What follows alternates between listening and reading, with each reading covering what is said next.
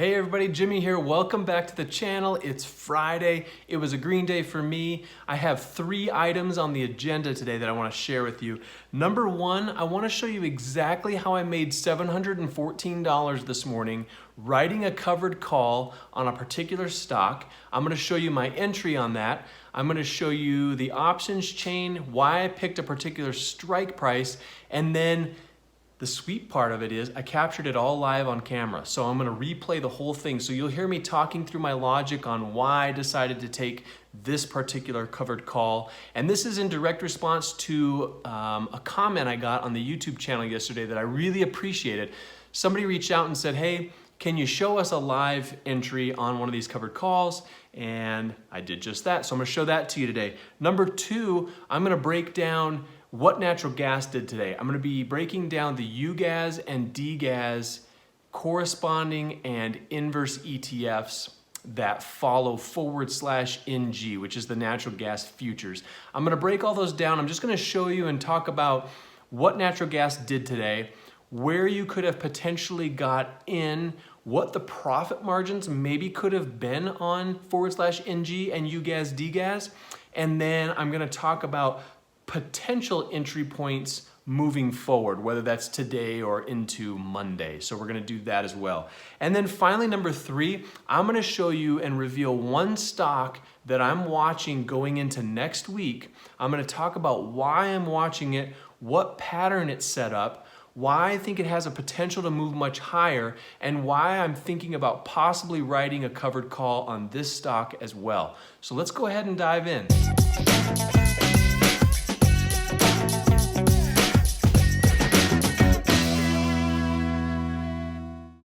Okay, I wanted to go ahead and I had a request in the YouTube comments yesterday about trying to capture a covered call option live. So I want to go ahead and show this one to you.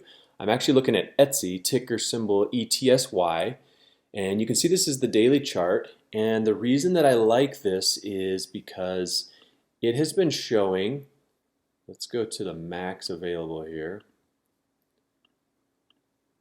Etsy has been showing consistent growth, and Etsy likes to move typically above the 50 simple moving average, and it has been consistently staying above the 200, and it's just been sort of working its way up, and then it had some earnings and it popped above this level here, and then it came back down and we had some touches, few touches, and it's sort of set up a support level in this area. So I like that it had a pop, it's been able to rest for a while, and now it's showing some more signs of an uptrend. It's pulled back into this new little micro support level, and I've been watching it all morning and it's sort of holding up. If I look at the 5-minute chart, not that the 5-minute is super critical, but I watched it sell out, like it sold off all morning, and then it based right in here. It slipped below but recovered, and it's been holding, and now it's starting to show signs of moving upward. So I wanted to go ahead and show you how I do this, how I capture, how I execute one of these covered calls. So this is going to be a buy-write covered call, where I'm going to buy the shares and write the covered call at the same time. So what I'm going to do is I'm going to go to my trade tab right here, and this is the options chain. This is what we talked about yesterday. These are all my selections, and I want to go open up the August 16th of 2019, so 35 days away. I'm going to open that up, and this is just because I wanted to choose that one. I've looked at all of them, and this is the one I think I like the best. And I want to go ahead and take the $70 strike price. So if I go back to the chart, here's the $70 strike right up here. Now, the significant thing about this is the person I sell the rights to for these shares, they cannot take my shares from me and buy them unless it goes above the strike price. So if the price is above 70 at or any time between now and the expiration date in August on the 16th, if the price is above 70, they can then take these shares from me. They can buy them. They'll buy them from me at 70. Now I'm going to buy them, at 64.70, 64.60 right in here. So this margin right here, this is all profit for me if my shares get called away. Now, they're also going to pay me a premium for these to have the opportunity to buy these shares from me. So right in here, you can see the bid and the ask on the call side. Here's the bid, here's the ask. I kind of like this level right here with the $70 strike, 230, 245. So what I'm going to do is I'm going to right click on this area and I'm going to go to buy, and I want to buy covered stock. You can see it right there. It brings this up. Now, something you need to know is when you are when you're writing covered calls, you have to buy them in lots of 100 shares. 100 shares is one contract. So I want to adjust this because I want to do only 3 contracts, 300 shares. I'm checking my expiration is August 16th. The strike that I want is $70. And I've got a limit order. It's 62.37. I'm just going to check the chart again here. So I'm going to go ahead and execute this order. Confirm and send. Good to go. And there it is. So you can see right here confirming that I got filled. I got filled right here. And then if I come down to the bottom, position on Etsy, right here, 35 days to expiration, and you can see trade price. I got $2. I actually got a really good fill. I got $2.38 per 100 shares. So I do the math real quick. $2.38 times my 300 shares means I just earned $714 right this second. That's now in my buying power. It's in my account. And now we wait until August 16th to see if these shares in fact go above the $70 strike. If they do, I could lose them. If they don't, I could keep them. So regardless, I get paid the premium, and the premium is mine. The premium's mine regardless of whether or not they take the shares from me or I keep the shares. So if you have any questions on this, please leave them in the comments, but that's sort of the process. It's that easy. You've got your put side over here, and you got your calls side over here. I'm using the calls because I'm looking at long positions. I just purchased the 300 shares, and then at the same time, I allowed someone else to have the right, but not the obligation, to buy those shares from me if the price goes above the $70 strike. So I hope this was useful. Let me know if you want to see more transactions like this in the future, and I'd be happy to add them in. All right, now let's go ahead and let's dive into natural gas. Let's talk about this a little bit. So you can see I've got /NG up on a daily chart. And one thing I like to do on natural gas when I'm breaking it down is I start at a large time frame and then I work myself, I drill down. So today, looking at it, I can see that natural gas has been sort of just gently selling off. It's below the 200 moving average, 200-day moving average, and it's also below the 50, but it is currently above the 20. I'm just going to zoom in a tiny bit here. So you can see it broke above the 20, and it's sort of been basing right here. So I don't know if it's going to get rejected and roll over, or if it might break out and start to work its way back up. But right now, it looks like to me it's downtrending. So we'll stick with that for now. Now let's go ahead and let's just dive in. Let's go maybe 2-minute chart, and let's just look at today. And I'm going to change my studies here. And let's take a look at what happened. So Friday, right in here, I'll kind of zoom that in. And I'm going to just move myself up out of the way. So right now you can kind of see that /NG, I'm just going to move myself maybe over here. /NG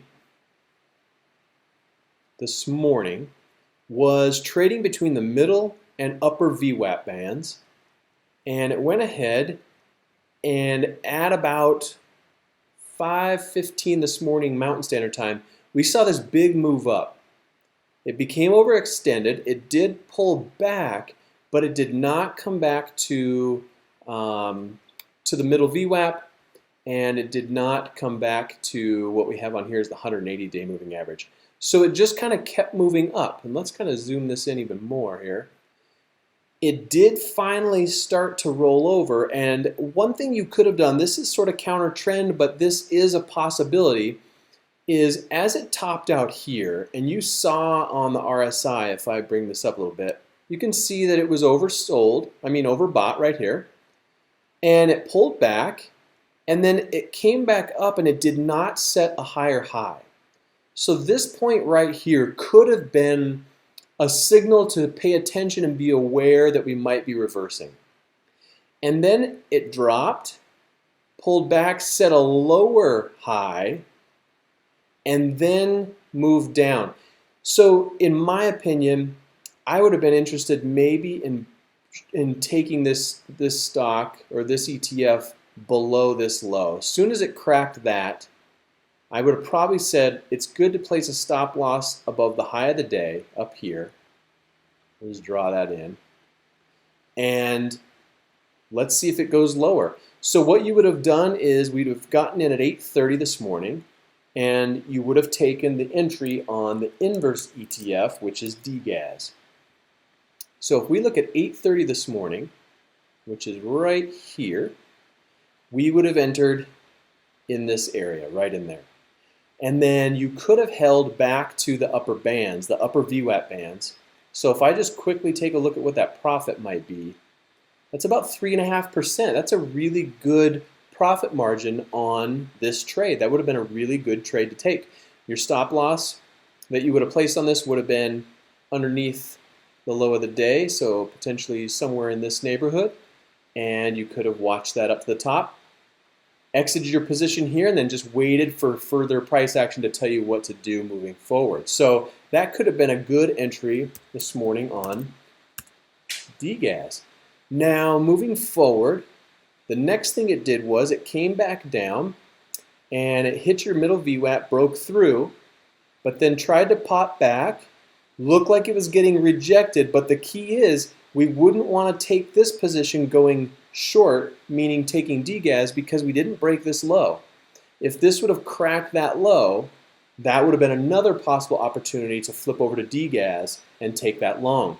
But it did not break. It bounced, and it bounced a few more times, sort of setting up a base at that level.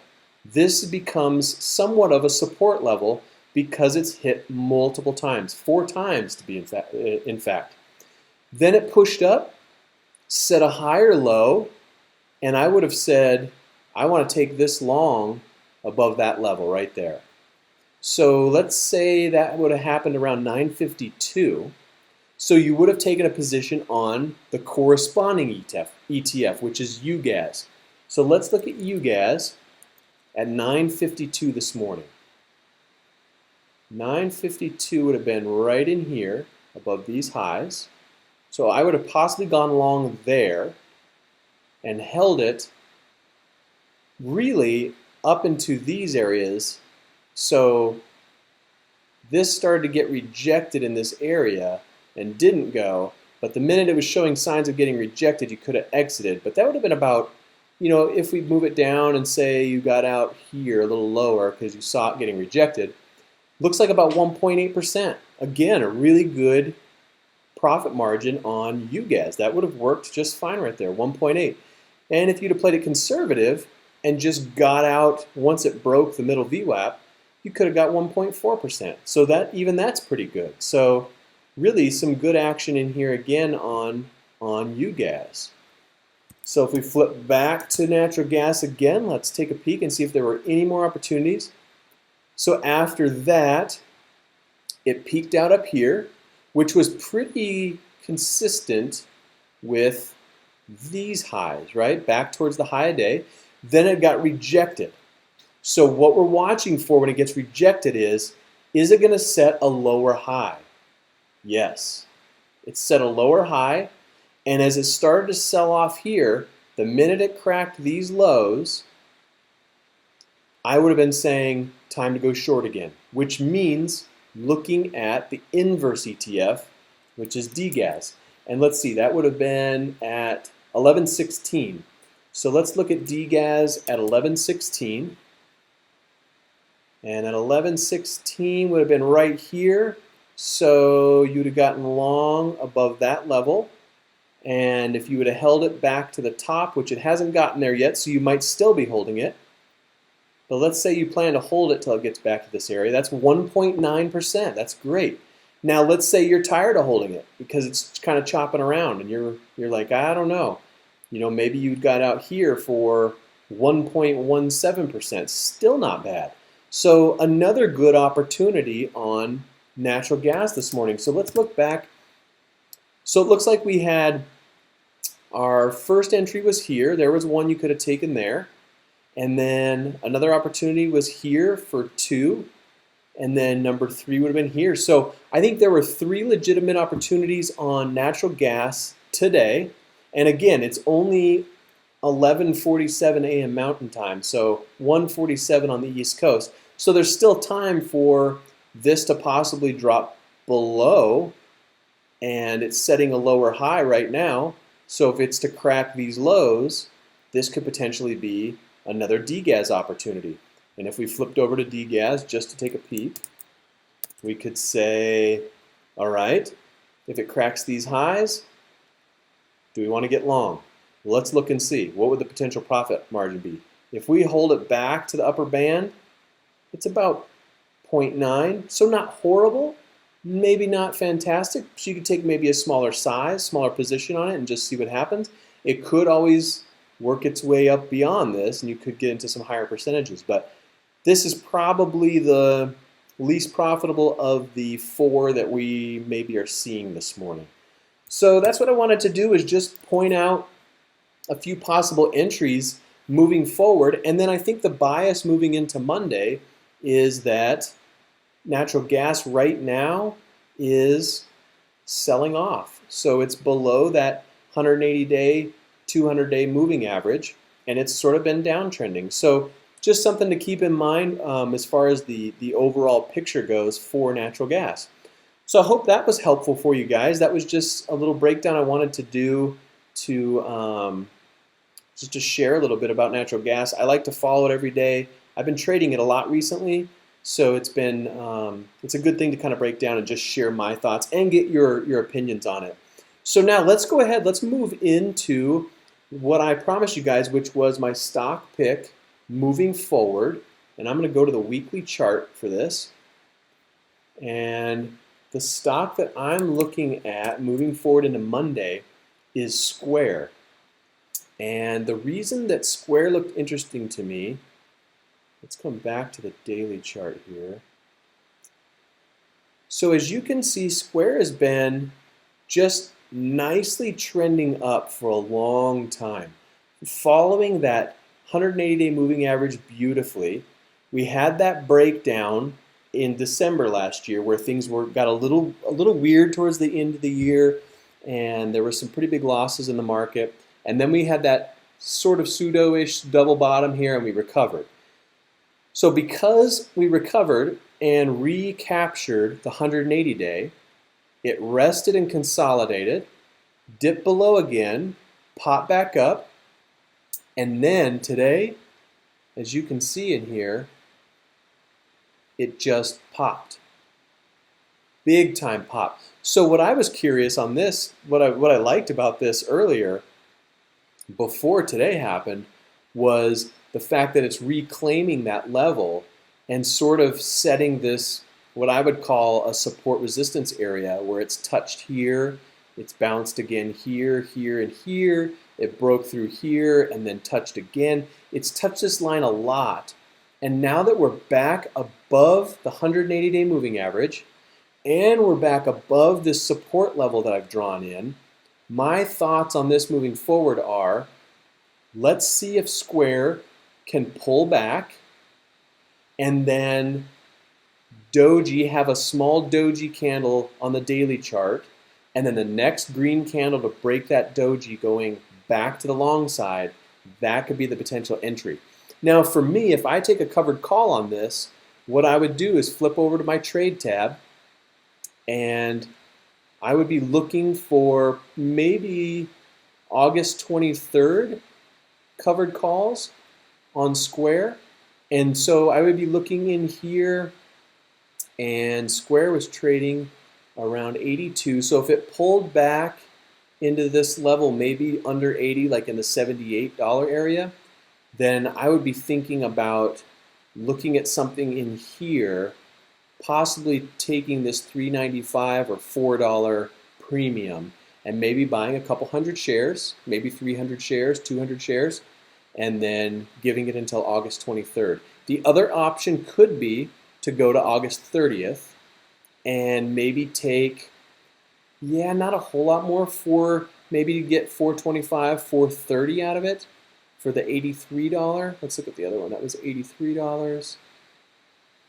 This one was $83 for $3.95. So not a huge difference for an additional week, but you could definitely look at the August 23rd or the August 30th calls for writing a covered call on Square. Or you could just buy the stock outright and just see if you can get a break of this high and a nice move higher.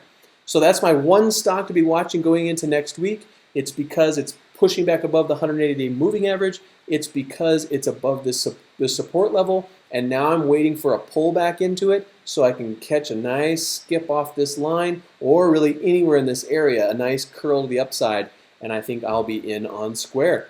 So I hope you guys had a green day today. I hope you enjoy your weekend. If you have any questions, drop them in the comments. We broke 600 subscribers, so I want to thank the community. This has been amazing. We're 6 months into this channel. We're over 600 subscribers now, so looking forward to moving north up to 1,000 subscribers soon. So let's see if we can accomplish that goal. Thank you for stopping by. If you have any questions, leave them below, and we will see you next week. Thank you.